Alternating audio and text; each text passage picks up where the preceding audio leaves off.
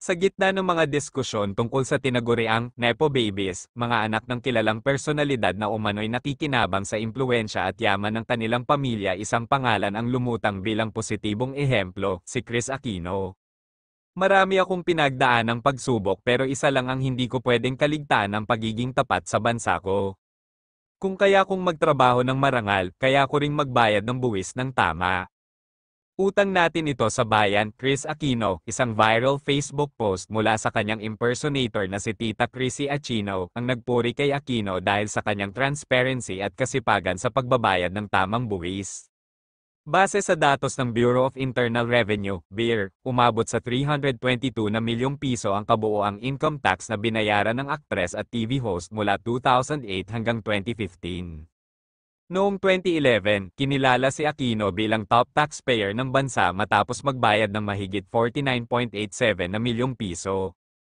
Para sa kanyang mga taga-suporta, malinaw na ang disiplina at integridad ni Kris sa pagbabayad ng buwis ang nagtatangi sa kanya mula sa iba pang mga personalidad na nahaharap sa isyo ng pagiging pribilehiyo ngunit walang pananagutan.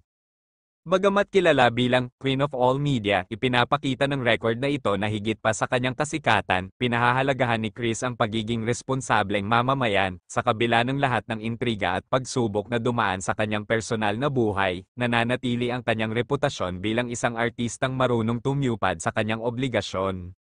Sa panahon kung saan maraming personalidad ang kino-question ang pagiging accountable sa kanilang pribilehiyo, nananatiling matibay na halimbawa si Kris Aquino. Hindi lamang siya basta anak ng dating pangulo o isang kilalang artista, kundi isang responsableng mamamayan na nagpapakita na ang pagiging pribilehiyado ay may kasamang obligasyon.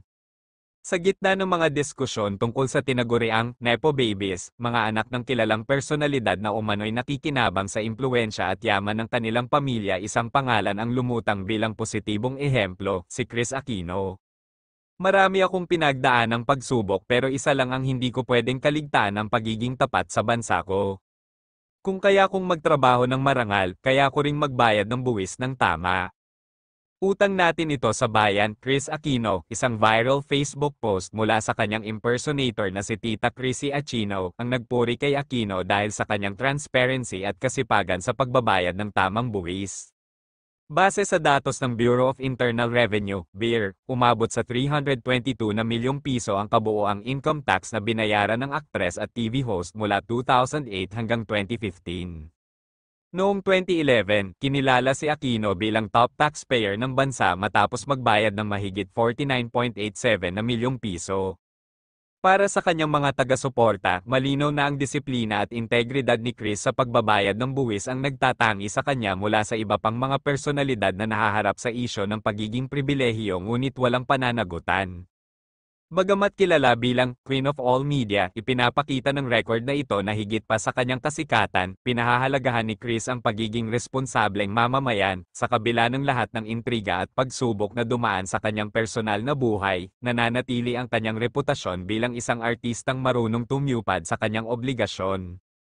Sa panahon kung saan maraming personalidad ang kino-question ang pagiging accountable sa kanilang pribilehiyo, nananatiling matibay na halimbawa si Kris Aquino. Hindi lamang siya basta anak ng dating pangulo o isang kilalang artista, kundi isang responsableng mamamayan na nagpapakita na ang pagiging pribilehiyado ay may kasamang obligasyon.